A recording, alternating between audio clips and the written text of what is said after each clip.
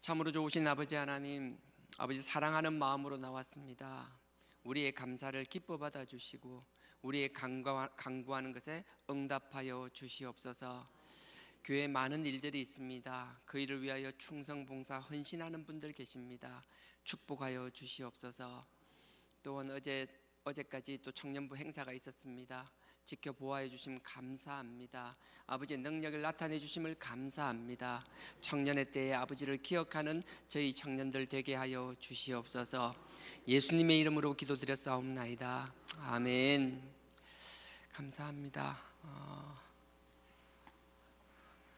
어제 청년 행사하고 오늘 다 그냥 지금 죽을 똥 살똥 하고 있을 건데 역시나 다 죽었네요. 그래서 청년 때는 그죠? 믿음, 소망, 사랑 그 중에 제일이 의리라고. 예. 어제까지 했으면 뭐 좀 보일 줄 알았는데 상관없습니다. 자, 오늘 189장요.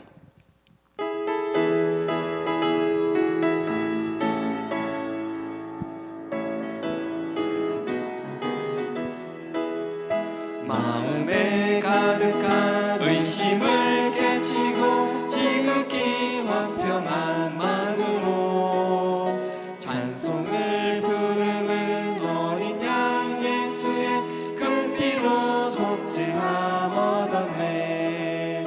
속죄함 속죄함 주 예수 내 죄를 속했네. 할렐루야 소리를 합하여 함께 찬송하세. 그 피로 속죄함 얻었네. 금이나 은같이 없어질 보배로 속죄함 받은 것 아니요. 거룩한 하나님 어린 양 예수의 그 피로 속죄함 얻었네.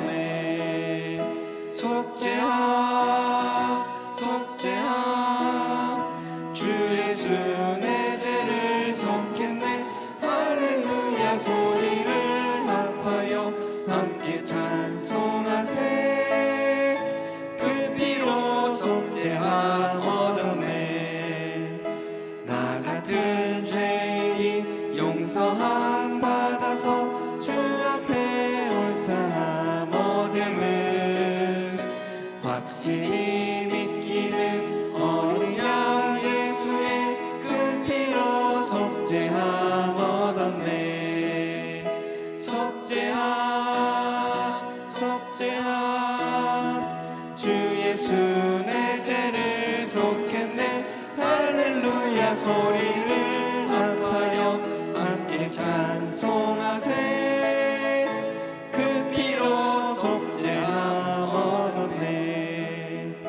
거룩한 천국에 올라간 후에도 세속한 은혜의 찬송을 기쁘게 부르는 어린 양 예수의 그 피로 속죄함 얻었네. 속죄함 속죄함 주 예수 내 죄를 속했네. 할렐루야 소리를 합하여 함께 찬송하세. 그 피로 속죄함 얻었네. 제가 찬송가를 할 때마다 항상 어떤 건 아멘이 있고 어떤 건 아멘이 없잖아요. 참 궁금했거든요. 왜 있고 없까 근데 찾아보니까 뭐 있으나 없으나 상관이 없더라고요. 그래서 웬만하면 앞으로 그냥 다 아멘 했으면 좋겠어요. 있든 없든. 찬송이 우리의 기도이기도 하거든요. 그래서 누가복음 13장입니다. 누가복음 13장.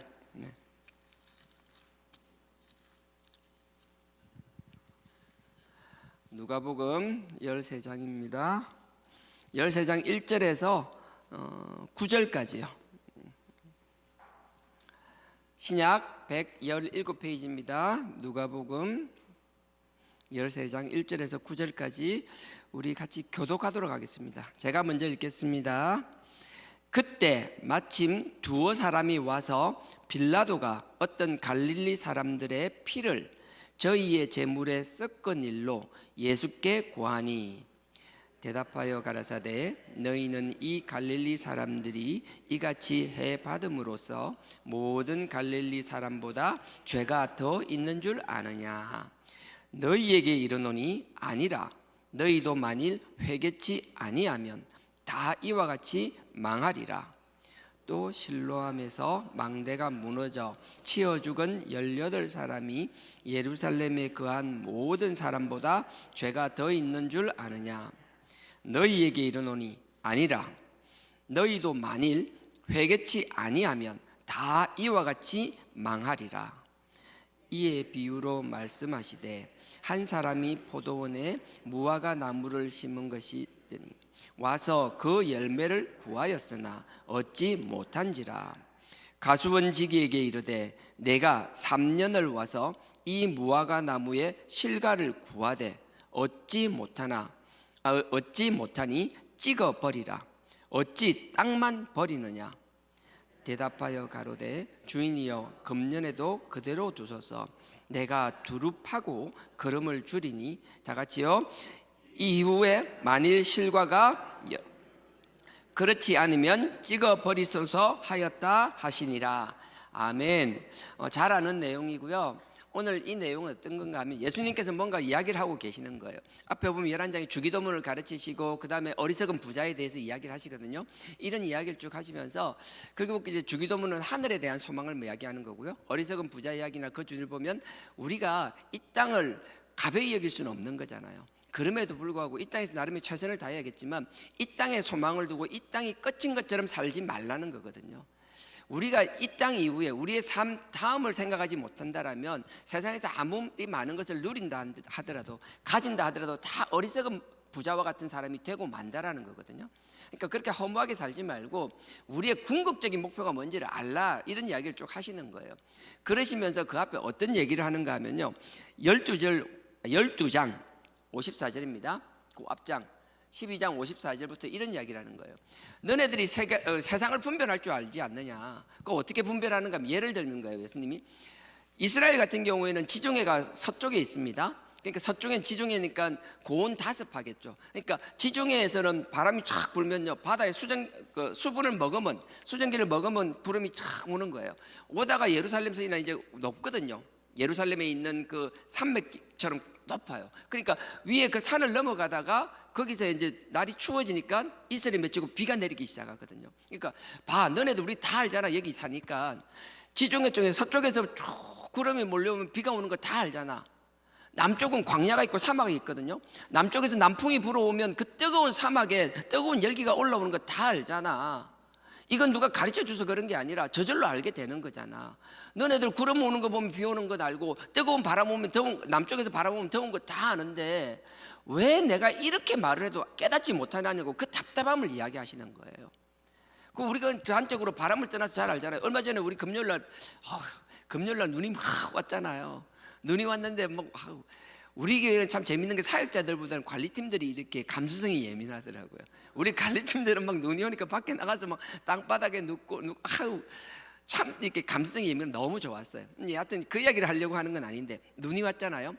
눈이 왔는데 우린 남쪽이니까 눈이 와도 금방 녹아버리지만 만약에 눈이 왔는데 추운 겨울에 눈이 계속 오게 되면 당연히 눈이 오게 되면 빙판이 생길 거는 우리가 다 알잖아요. 가르쳐주지 않더라도 눈이 쌓이면 빙판길이 되고 미끄럽다는 걸 다 아는 것처럼 눈이 오는 걸 보면 조심해야 된다는 걸 우리가 당연히 알아야 되는 거거든요. 얼음이 얼면 미끄러지고 넘어질 수 있고 다칠 수 있다는 걸 알아야 되는 거거든요. 근데 예수님께서는 끊임없이 표적을 보여주고 말씀을 통하여 끊임없이 이야기하는데도 불구하고 이 미련한 인간들은 주님의 그 말씀하시는 뜻, 그분이 왜 그렇게 하는지에 관심이 있는 게 아니라 자꾸 눈에 보이는 현상만 쫓아가는 거예요. 그러니까 주님께서 이제 정말 십자가 질 때가 다 되어 갔는데도 불구하고 진정한 나의 뜻을 모르는, 나를 보내신 하나님의 뜻을 모르는 그 이스라엘 백성들을 보고 그 답답함을 이야기하시는 거예요. 얼마나 답답했는지 몰라요. 그 답답함을, 남풍을 이야기하고 서쪽에서 오는 구름을 이야기하시다가 뒤에 어떻게 이야기하시는가 하면요, 57절에 또 어찌하여 옳은 것을 스스로 판단하지 아니하느냐. 58절에요, 내가 너를 고소할 자와 함께 법관에 갈 때에 길에서 화해하기를 힘써라. 이게 무슨 말인가 하면요, 네가 만약에 잘못한 게 있잖아. 네가 잘못한 게 있어서 그것 때문에 재판받으러 간다라면 네가 그 재판을 받게 되면은 어떻게 돌이킬 수가 없다라는 거예요. 네가 잘못한 게 있으면 재판을 하고 판사가 판정을 내리게 되면 네 그 문제가 해결될 때까지 네가 잡혀있는 그 감옥에서 나올 수가 없다라는 거예요. 네가 죗값을 온전히 치러야 나온다라는 거예요. 그러니 네가 만약에 뭔가 잘못한 게 있다라면 네를 고소한 사람과 재판을 받으러 가는 길이라면 멍청하게 가서 재판을 받지 말고 가기 전에 가는 길 도중일지라도 그 사람과 화해하라는 거예요. 그게 지혜로운 사람이라는 거예요. 지금 그 사람과 감정이 있었고 내가 할 수 있는 걸 하고 풀면 풀수록 재판을 안 받아도 되는데 미련스럽게 재판을 받고 나면 이 사람과 관계가 아무리 좋아진다 한들 화해를 하고 다 문제 해결을 했다 할지라도 이미 판결을 받은 것은 우리가 감옥에 가 있으면 나올 수가 없다라는 이야기를 하고 있는 거예요. 얼마나 이 답답하다는 그 주님의 심정이 느껴지는지 모르겠어요. 그러니까 이렇게 이야기하고 있었어요. 그러니까 옆에 있는 두어 사람이 와서 오늘 본문 읽은 겁니다. 주님께 얘기하는 거예요. 아니 갈릴리 지역에서 어떤 사람들이 예배드리러 왔는데 빌라도 총독이 그 사람들을 다 예루살렘 성전에 다 죽여버리지 않았냐고. 이 사람들 보면 죄가 얼마나 많았으면 이렇게 죽었냐라고 이런 뉘앙스로 물어보는 거예요. 주님께서 지금 이야기하시는 건 뭔가 하면, 야, 바람이 불면 서쪽에서 바람이 불고 구름이 오면 비 오는 거 알지? 남쪽에서 바람이 불면 뜨거운 바람이란 거 알지? 다 알잖아. 그러면서 너네들 알아들으라고 이야기하는 거예요. 만약에 잘못한 게 있어서 재판장에게 가는 길이면 가기 전에 빨리 화해하라고, 재판 받지 말라라고, 너 미련스럽게 살지 말라고 그 이야기를 하는데도 불구하고 이스라엘 사람들은 뭐예요? 동문서답하는 거예요. 지금 여러분들도 뭔 소리인지 못 알아듣는 것 같은데 잘 들어보십시오.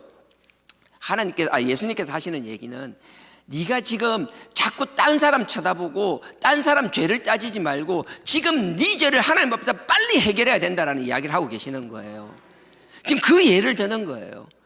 그러니까 이 이야기를 못 알아듣는 사람들은 뭐라고 얘기하는가 하면, 갈릴리 사람들이 와서 예루살렘 하나님 앞에 제사 드리러 왔다가 죽었잖아요. 빌라도에서 다 죽고 막 피가 튀고 난리 났잖아요. 도대체 그 사람들은 무슨 죄냐라는 거예요. 아직도 사람들은 내가 하나님과의 관계를 해결하고 내가 하나님 앞에 죄 문제를 해결해야 되는 거, 회개해야 된다는 데 관심이 있는 것이 아니라 자꾸 무슨 현상이 나타나면 저 사람 저래 왜 저랬지, 저게 왜 저랬지, 자꾸 남의 일에만 관심이 많다라는 거예요. 그래서 예수님 말하는 거예요. 남 신경 쓸 때가 아니라 지금 네 죄를 회개해야 될 때라고 이야기하시는 거예요. 오늘 본문을 다시 보십시오. 본문을 1절부터 쭉 이야기하다가 3절에요. 너희에게 이르노니, 아니라, 그 앞에 이야기가 그거예요. 두어 사람하고 예수님한테 갈릴리 사람들이 와서 죽었다라는 거예요. 하나님의 성전 앞에서 막 죽었다라는 거예요. 성전에서 제사드리다 죽었기 때문에 그 죽은 그 사람들의 피가 성전의 제물에까지 튀었다라고 이야기를 하는 거예요. 지금 이렇게 막 열변을 토하고 있는 거예요. 예수님 앞에 도대체 이런 일이 있을 수 없냐라고 막 따지고 있는 거예요. 그때 3절에 예수님께서 그들에게 하시는 말씀이, 너희에게 이르노니, 아니라는 거예요. 아니야. 지금 너네들이 관심 가지는 거 그거 아니야. 너희에게 이르노니 아니라, 너희도 만일 회개치 아니하면 다 이와 같이 망하느니라. 지금 육신을 가지고 죽고 사는 문제가 아니라 네 눈에 보이는 이 문제가 아니라 하나님 지금 네가 네 영혼이 회개하기를 원한다라는 거예요. 지금 예수님께서 하시는 말씀. 그래서 그 뒤에 반복되는 이야기가 있잖아요. 그래도 알아듣지 못하자 예수님이 다 하나의 또 예를 듭니다. 4절에요. 자, 너네들 얼마 전에 일어난 일 다 알지? 이 말이 빠져 있는 거예요. 4절에 또 실로암에서 망대가 무너져서 치여서, 망대가 실로암이라는 거 연못이에요. 연못이 있는데 히스기야 왕이 봤는데 뭐 그게 중요한 게 아니고요. 그 연못을 관리하는 망대가 있었어요. 그 망대가 있었는데 망대가 공사하다 넘어진 이유는 모르겠는데 그 망대가, 큰 망대가 넘어졌어요. 그래서 거기서 일하던 사람, 주변에 있던 사람 18명이 그 망대에 깔려서 죽어버린 거예요. 너네들 얼마 전에 그 일 일어난 거 다 알지? 우리는 막 미국에서 쌍둥이 타워가 무너지고 뭐만 해도 되면 자꾸 막 분석하기 바쁘고, 그게 중요한 게 아니라 그런 사건들, 그런 현상들을 볼 때마다 내가 하나님 앞에 준비되어 있는지, 내가 지금 하나님 앞에 회개하고 있는지 그걸 봐야 된다라는 거거든요. 그래서 주님께서 하시는 말씀이 4절에 그거예요. 또 실로암에서 망대가 무너져서 치어 죽은 18사람이 예루살렘에 거한 모든 사람보다 죄가 더 있는 줄 아느냐? 아니라는 거예요. 누가 죄가 많고 이유가 뭐고 그게 중요한 게 아니라는 거예요. 지금 네가 언제 어떻게 될지 모른다라는 거예요. 망대가 넘어진다고 예고하고 넘어지냐라는 거예요. 하나님 앞에 제사 드리러 갔는데 그 갈릴리에서 멀리서 하나님 앞에 제사 드리러 예루살렘까지 내려왔는데 그 하나님의 성전 앞에서 제사 드리다 죽을 줄 누가 알았냐라는 거예요. 누가 그걸 가지고 저주다라고 얘기할 수 있는 사람이 아무도 없다라는 거예요. 사람들은 저주라고 이야기하지만 예수님이 말하는 건 그게 문제가 아니라 네가 지금 하나님이 기회 주시에서 지금이 그때인데 회개하고 있지 못한다고 있다라면, 회개하지 않고 있다라면 너나 그 사람이나 다를 게 하나도 없다라는 거예요. 그래서 마지막 5절에 보십시오. 너희에게 이르노니 아니라 너희도 만일 회개하지 아니하면 다 이와 같이 망하리라. 3절도 그렇고 5절도 그렇고 똑같은 말을 반복하시는 거예요. 이거 하나 끼워 놓고요, 잠깐만 뒤로 갔다 오겠습니다. 로마서 2장요.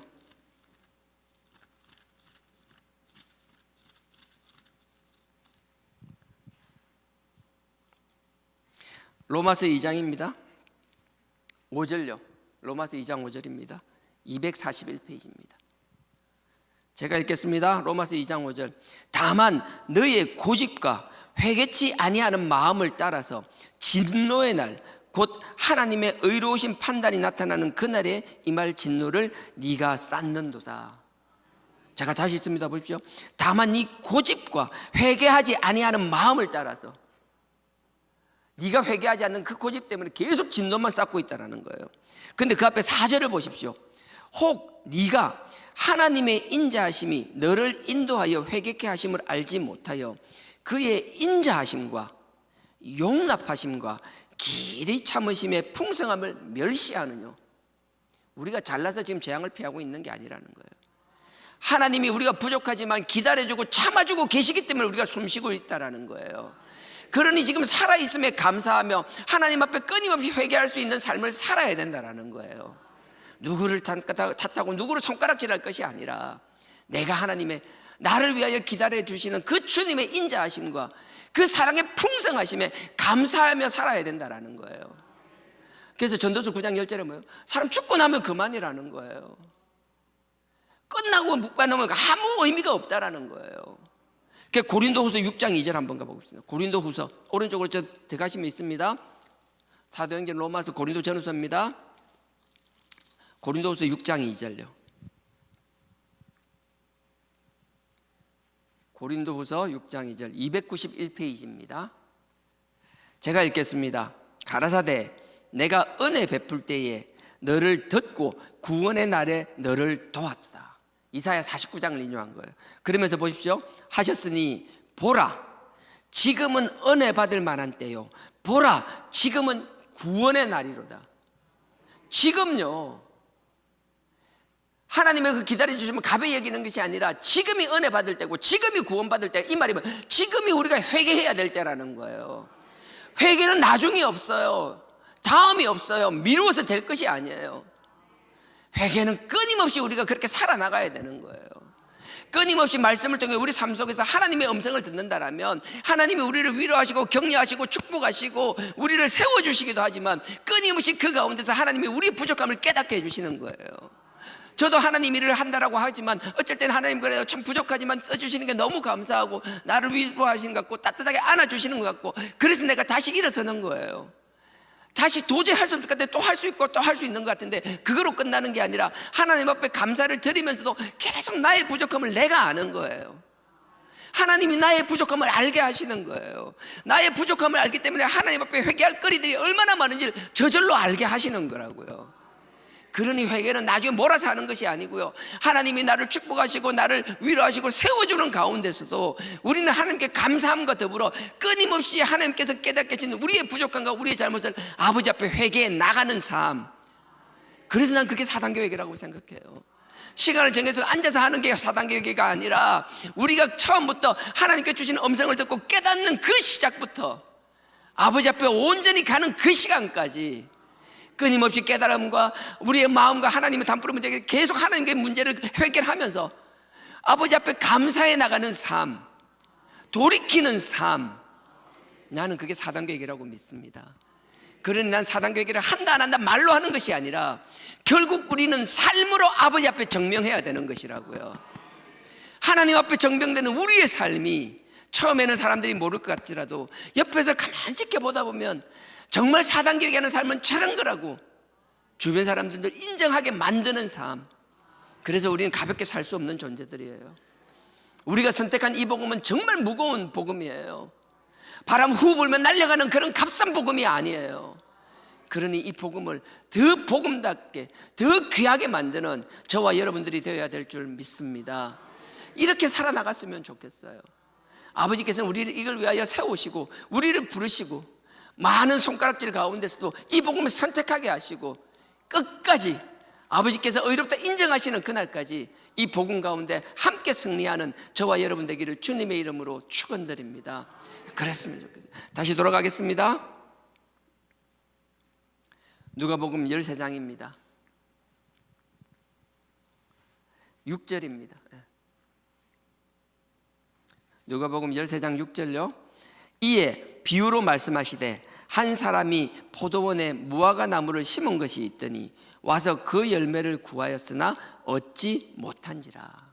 여러분들 이걸 읽어본 사람들 알 거예요. 어떤 주인이요, 자기 포도원에 무화과 나무를 심은 거예요. 근데 더 재밌는 건 주인이 무화과 나무를 심었는데 3년 동안 열매가 없는데 열매 없다라고 찍어내라고 시키는 거예요, 과수원지기한테. 그래서 어떤 사람들, 말씀 좀 본 사람들은 항상 이렇게 반문을 해요. 아니 무화과 나무는 처음에 몰랐는데 알고 나니까 심고 나서 최소한 한 3년 4년 지나야 열매 맺기 시작한다면서요. 3년 동안 열매 못 맺는 건 너무나 당연한 거 아닙니까? 라고 이렇게 물어보는 사람도 있어요. 저도 그런 질문들을 받아봤는데요, 그건 여러분들이 생각이 잘못된 거예요. 여기서 3년이라는 건요, 당연히 무화과 나무를 심으면 3, 4년 열매 없는 건 기본이에요. 다 아는 거예요. 문제는 3, 4년이 지났는데도 불구하고 열매를 맺지 못하니까 이 이야기를 하는 거라고요. 또 하나 여러분들이 알아야 될 걸요, 이 포도원 주인이 포도밭이에요. 여러분 알잖아요. 포도밭은 그냥 놔두서는 안 돼요. 일정 이상 자라지 못하게 하고 이렇게 뭐라 그래야 되는 기둥처럼 이런 것도 세워주고 관리를 해줘야 되는 작물이에요. 그래서 포도밭은 들포도가 아니라 포도밭에서 자기가 잘 관리해요, 사람들이. 근데 포도밭에 왜 무화과 나무를 심었는가 하면요, 이스라엘 사람들은 땅이 이렇게 평지가 많지가 않아요. 다 비탈길이고 이렇잖아요. 그러니까 포도밭을 잘 심어요. 근데 포도를 심는데도 불구하고 포도가 비탈지대에 심을 수가 없잖아요. 포도를 심고 난 사이사이나 주변 자락에 보면 경사지거나 포도를 심을 수 없는데 사람들이 무화과 나무를 심는 거예요. 무화과 나무를 심으려고 심는 게 아니라 포도나무 심고 남는 짜투리 땅에다가 무화과 나무를 심는 거예요. 무화과 나무를 심었다라는 건 상태가 안 좋은 상태라는 거예요, 땅 상태가. 또 하나, 무화과 나무는 없어도 큰 상관이 없지만 주인 입장에서는 포도만 심는 것이면, 포도는 여름에 계절을 하거든요. 수확을 하거든요. 근데 무화과는 여름에 수확하기 바로 직전과 가을에 수확을 해요. 1년에 2번을 해요. 그러니까 주인 입장에서는 여름에 포도만 해도 충분한데 그래도 봄과 가을에 뭔가 좀 더 수확을 했으면 좋겠다라는 바람이 있으니까 심어 놓는 거라고요. 근데 이 무화과 나무는요, 원래 포도밭에 끼워 놓은 거잖아요. 여러분 로마서 11장도 잠깐 한번 찾아볼게요. 로마서 11장 한번 가보십시오.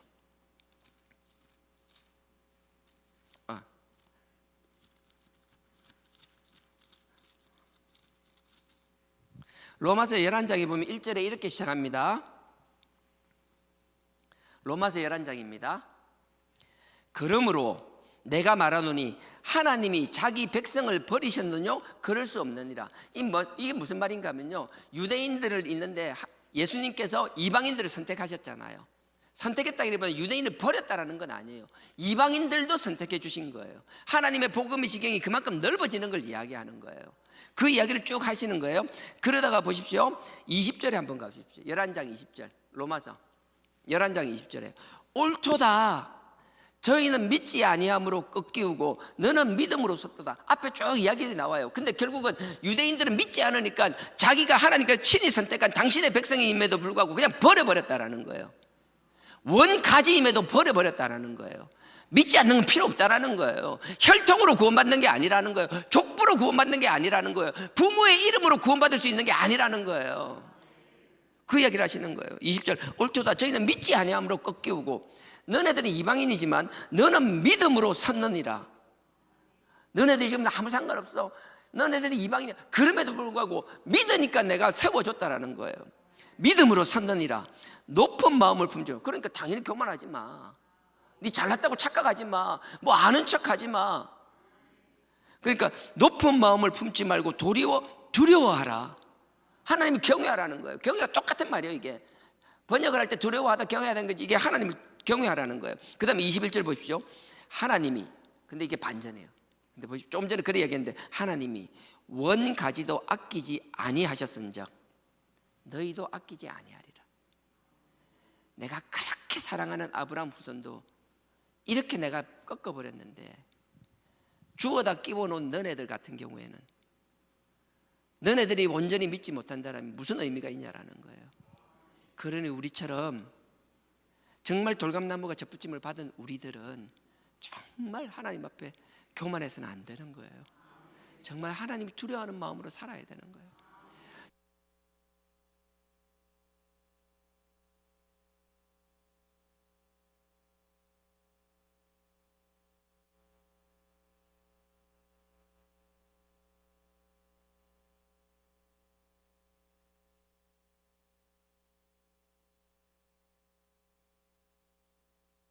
우리는 포도밭에서 끼워져 있는 별것 아닌 존재라고 생각하는 게 아니라 그럼에도 우리가 할 수 있는 최선을 다하여 아버지 앞에 영광 돌리는 삶을 살아야만 된다라는 거예요. 이게 열매 맺는 삶이라는 거예요. 다시 돌아가겠습니다. 누가복음 13장 아까 뭐 끼워 놓으셨죠? 117페이지입니다. 이런 배경을 가지고 내용을 보셔야 되는 거예요. 이것도 하나님께서 회개, 너네들이 지금 중요한 건 회개야 그 이야기를 하는 거예요. 회개할 때는 때가 지금이 은혜 받을 때고 지금이 구원받을 때다. 이게 제가 뭐라고 얘기했어요? 지금이 회개해야 될 때라는 거예요. 하나님이 우리에게 회개할 기회를 무한정 주시는 분이 아니라는 거예요. 하나님이 길이 참으신 그 인자하심 그 사랑을 우리가 멸시할 수가 없다라는 거예요. 우리가 잘나서가 아니라 하나님은 지금도 우리가 하나님 앞에 바로 서기를 원하고 하나님 앞에 돌이키기를 원하시기 때문에 기다려 주신다라는 거예요. 그래서 여러분들 아세요? 지금 회개를 하라고 이렇게 강조를 하시는데 3절도 그렇고 5절도 그렇고 회개를 이렇게 강조하시는데 그 회개가 구약의 개념에서는 아침부터 이런 말 써서 죄송합니다. 슈브라는 히브리 말이 있는데 그 슈브라 회개하라는 말은 우리가 생각할 때 그냥 죄만 막 아뢰고 죄만 막 입으로 얘기하는 게 아니라 돌아서라는 걸 이야기하는 거예요. 회개는 뜻이 돌아서라는 거예요. 제가 시간이 벌써 막 30분 다 돼서요. 그래도 이건 하나 찾아야겠네요. 온 김에 이사야 55장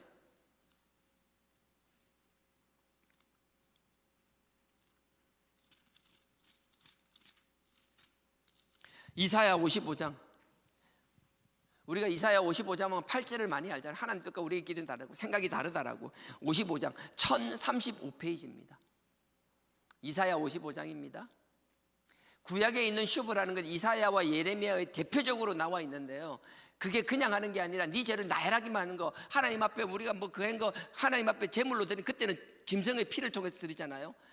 죄를 나열하고 짐승의 표를 드리는 거로 끝나는 것이 아니라 네 삶이 동반되어야 된다고 끊임없이 말씀하고 계시는 거라고요. 특히나 이스라엘 사람들이 하나님의 징계 가운데 있을 때 하나님의 책망 가운데 있을 때는 더더욱 이런 것이 강조되고 있더라고요. 55장 7절입니다. 우리가 8절은 너무 잘 아는 거고요. 7절 악인은 그 길을 55장 7절입니다. 그 길을 악인은 그 길을 불의한 자는 그 생각을 버리고 여호와께 돌아오라. 악을 버리라는 거예요. 불의한 자는 그 생각을 버리라는 거예요. 그리고 여호와께 돌아 그리하면 그가 하나님이 긍휼히 여기시사 우리 하나님께로 나오라. 그가 널리 용서하시리라. 너희들이 용서해 주시겠다라는 거예요. 그냥 네가 번제물을 드리고 뭐 피로해가 드리고 네 죄를 나이라고 그거로 끝나는 것이 아니라 네가 돌이키라는 거예요. 돌아오라는 거예요. 여러분들 이렇게 살 수 있기를 주님의 이름으로 부탁드립니다. 정말 이렇게 살아야 되는 거예요. 요 찾은 김에 예레미야가 바로 뒤에 있으니까 예레미야도 한번 볼게요. 예레미야 18장. 우린 예레미야 17장을 너무나 잘 알잖아요. 그들이 이제는 그저 담불에 금강석 철필로 기록되었을 때 그게 17장 1절이잖아요. 그 다음에 바로 뒤에 있는 18장 18장 11절요. 예레미야 18장 11절입니다. 1079페이지입니다. 제가 읽겠습니다. 18장 11절입니다. 그러므로 이제 너는 유다 사람들과 예루살렘 거민들에게 말하여 이르기를 여호와의 말씀에 보라. 하나님의 말씀을 이야기하는 말씀에 보라. 내가 너희에게 재앙을 내리며 계책을 베풀어 너희를 치려하노니. 말씀으로 하는 거. 하나님의 말씀 보니까 그냥 너네들 하는 게 하나님이 치밀하게 계획해서 너네들을 징벌하시겠다라는 거예요. 하나님은 적극적으로 우리를 치시는 분이 아니에요. 감정적으로 하시는 분이 아니에요. 제가 다시 읽습니다. 11절에 그러므로 이제 너는 유다 사람들과 예루살렘 거민들이요, 유다 사람과 예루살렘 거민들이요, 거민들에게 말하여 이르기를 여호와의 말씀을 보라. 내가 너희에게 재앙을 내리며 계책을 베풀어 저희를 치려하노니 너희는 각기 악한 길에서 돌이키며 너희 길과 행위를 선하게 하라 하셨다 하라. 하나님의 이 음성을 가볍게 듣지 않는 저와 여러분 되기를 원합니다. 그냥 입술로만 다 고백하고 끝나는 게 아니라 우리의 삶이 동반되어야 된다는 거예요. 그래서 오늘 누가복음 11장도 마찬가지예요. 너네들은 무화과나무를 포도밭에 심어놨다라는 거예요. 그 열매 맺는다라는 게 우리의 삶으로 증명하는 거라고요. 그래서 여러분들 잘 알잖아요. 회개를 할 때 이건 구약의 개념이지만 신약에서는 누가복음 오늘 찾지는 않겠습니다. 누가복음 3장에 보면 그게 있어요. 세례 요한이 이야기하잖아요. 회개하라 그런 거예요. 누가복음 3장 8절에 보면 회개에 합당한 열매를 맺으라고 말씀하시잖아요. 그냥 말로 하는 게 아니라 회개했다라면 거기에 동반되는 삶이 있어야 된다는 거거든요. 그것뿐만 아니에요. 그 신약에서는 그것뿐만 아니라 여러분들 탕자 비유도 잘 알잖아요. 누가복음 15장도 보십시오. 17절에 탕자의 비유가 있는데 탕자가 돌아오는 것을 회개의 완성이라고 보는 거예요. 그 앞에 7절을 보십시오. 누가복음 15장의 7절을 보고 10절을 보면요, 99마리 잃은 것보다 한 마리 잃은 양을 돌아오는 것을 기뻐한다고 그러면서 그걸 회개라고 말씀하세요. 7절에도 10절에도 계속 강조하면서 17절에 말씀하시는 게 탕자가 깨닫는 거로 끝나는 것이 아니라 깨닫고 나서는 부끄러움을 가지고서라도 아버지 앞에 다시 나오는 거로 끝나는 거예요. 나와서 자기의 부끄러움을 시인하고 부끄러움을 회복하는 삶을 살아나가기를 각오하고 그렇게 살아나가는 것, 그게 우리가 해야 될 사단계획의 삶이라는 거예요. 나는 이러한 삶을 살 수 있는 저와 여러분이 되기를 원합니다. 누가복음 다시 13장 돌아가겠습니다. 13장, 아까 6절에 포도원 가수원에 무화과나무를 심은 걸 이야기했습니다. 그리고 나서 열매를 구하여도 얻지 못한다라고 이야기합니다. 그리고 나서 7절에요. 가수원 지기에게 이르되 내가 3년을 와서 이 무화과나무의 실과를 구하였을 때 얻지 못하니 찍어버리라. 세례요한도 그래요. 회개에 합당한 열매를 맺으라고 말씀해요. 그러면서 그 뒤에 맺지 못하면 네 앞에 도끼가 있다라고 이야기하시는 거예요. 무한정 기다려 주시는가요? 하나님은 명확해요. 기회를 주셨어요. 말도 안 되는 선택을 해주셨어요. 왜 우리와 같은 사람을 선택했는지 이해할 수는 없어요. 그럼에도 선택해 주셨어요. 하지만 선택했다고 해서 모든 것을 다 인정하고 다 받아주는 것이 아니라 우리에게 분명하게 말씀하시는 거예요. 나의 자녀답게 살아라는 거예요. 내가 싫어하는 것 하지 말라는 거예요. 회개하라고 말씀하시는 거예요. 회개에 대해 합당한 열매를 맺으라고 말씀하시는 거예요. 그리고 그 앞에 도끼를 놓아놨다는 거예요. 지금도 똑같은 말씀이에요. 7절 후반절에 보면 무화과 나무의 실과를 구하되 얻지 못하니 찍어버리라. 어찌 땅만 버리느냐. 아무 쓸데없이 땅만 차지하고 있다고 이야기하는 거예요. 정말 무서운 하나님이에요. 근데 이 과수원 지기가 이야기하는 거예요. 이게 예수님을 말하는 거예요. 정말 감사해요. 하나님은 공의의 하나님이에요. 하나님 보시면 우리를 벌써 찍어버리셨어야 돼요. 근데 다시 한번 기회를 주시는 거예요. 누구를 통해요? 그 아들 예수님을 통하여. 그래서 예수님이 귀하다라는 거예요. 8절에 보십시오. 대답하여 가로되, 그 과수원지기가 주인한테 얘기하는 거예요. 대답하여 가로되 주인이여 하나님 금년에도 올해만 그대로 두세요. 올 한 해만큼은 좀 더 기다려달라고 간청하시는 거예요. 올 한 해만. 올해는 그대로 두셔서 내가 두릅하고 내가 이 미련한 인간들을 위하여 이 가지에 뭔가 열매가 맺지 못하는 이유가 있다면 주변에 뭐 잡초가 있다면 다 뽑고 주변에 뭐 걸거적거리 있으면 다 제거하겠다라는 거예요. 그렇게 다 노력을 하시고 그 다음에 기름도 또 듬뿍 주겠다라는 거예요. 이렇게 하면서 뭐예요? 1년만 더 기다려달라면서 이렇게 하시는 이유가 우리에게 기회를 주시는 것이라고요. 보라, 지금이 은혜 받을 만한 때요, 지금이 구원받을 때고 지금이 회개해야 될 때라는 사실이라는 거예요. 주님께서 당신이 그래서 그 하나님의 구속사역에 순종하시는 게 이 일이라고요.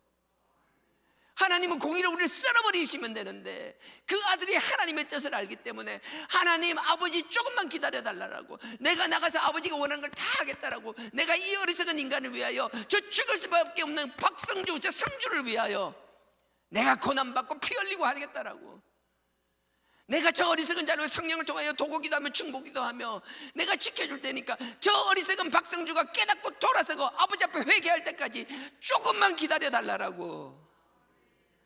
눈물로 아버지를 붙잡고 있는 그 주님을 아신다면 우리는 결코 높아지거나 교만할 수 없어요. 우리가 뭔데 사람을 함부로 판단하고 있어요?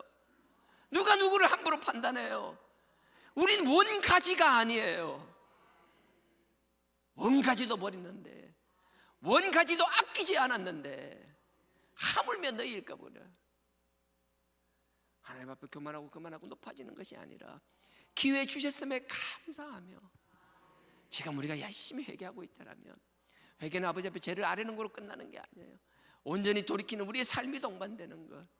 그렇게 살아간다라면 아버지께서 악인이 아무리 많을지라도 아버지 앞에 순수한 복음을 가지고 그 말씀 위에서 이 사단교회에 하고 있는 저희, 의인은 아니지만 의롭다 칭함을 받는 저희들을 위하여 우리 때문이라도 모든 환경과 모든 여건을 더 좋게 하여 주시리라 확신합니다. 우리가 우리 자녀에게 물려줄 수 있는 건 뭐가 있어요? 물질로도 물려줄 수 있고 여러 가지도 줄 수 있지만 그 무엇보다도 중요한 것, 아버지께서 우리를 어렵다 여기셔서 우리의 환경을 좋게 만드시고 여건을 좋게 만드시고, 온갖 세상의 논리나 그런 것이 아니라 아버지의 뜻이, 정말 하나님의 뜻이, 하나님의 말씀이 귀하다라는 그런 하나님의 사상들이 우리 자녀들에게 물려지는 것, 그 이상 귀한 게 뭐가 있겠어요? 세속적으로 타락한다 할지라도 하나님의 복음이 있는, 말씀이 있는, 저 그리스도의 십자가의 보혈이 있는 사단계가 있는 우리 주하나 성전, 이 단만큼은, 이 성전만큼은 그 어떤 가치관에도 흘리는 것이 아니라 오직 하나님만 높여질 것이며, 오직 그리스도만 이 성전의 주인 되어야 될 것이며, 서로를 사랑하며 돌보며 함께 일으키며 아버지를 향하여 저 십자가 앞으로 나오는 그런 신앙 공동체가 되어야 될 줄 믿습니다. 그래서 8절에 보십시오.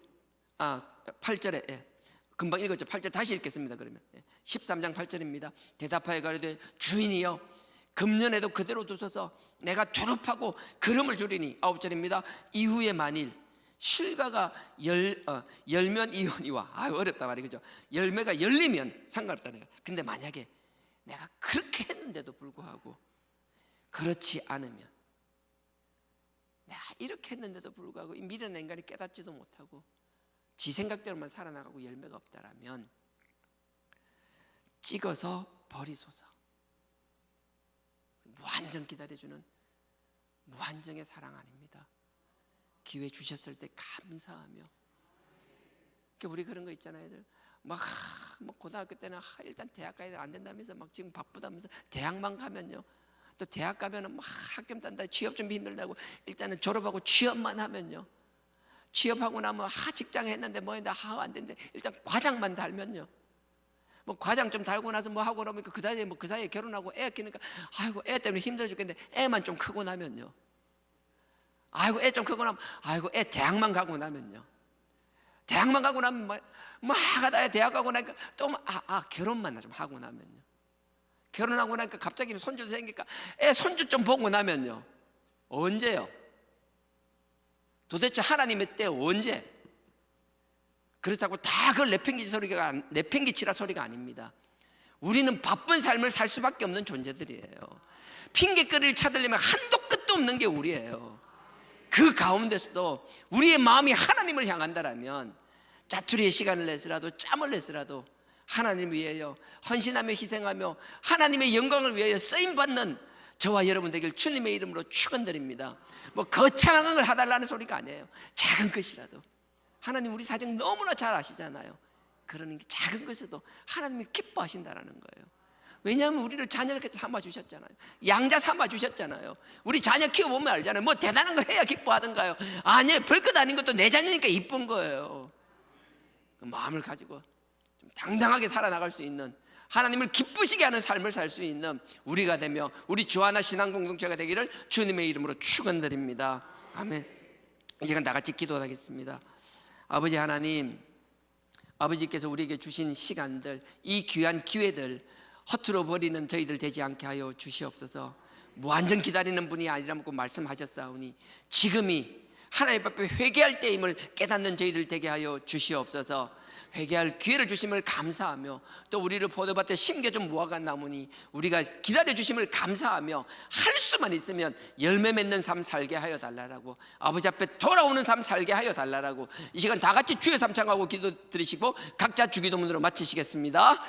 주여, 주여, 주여.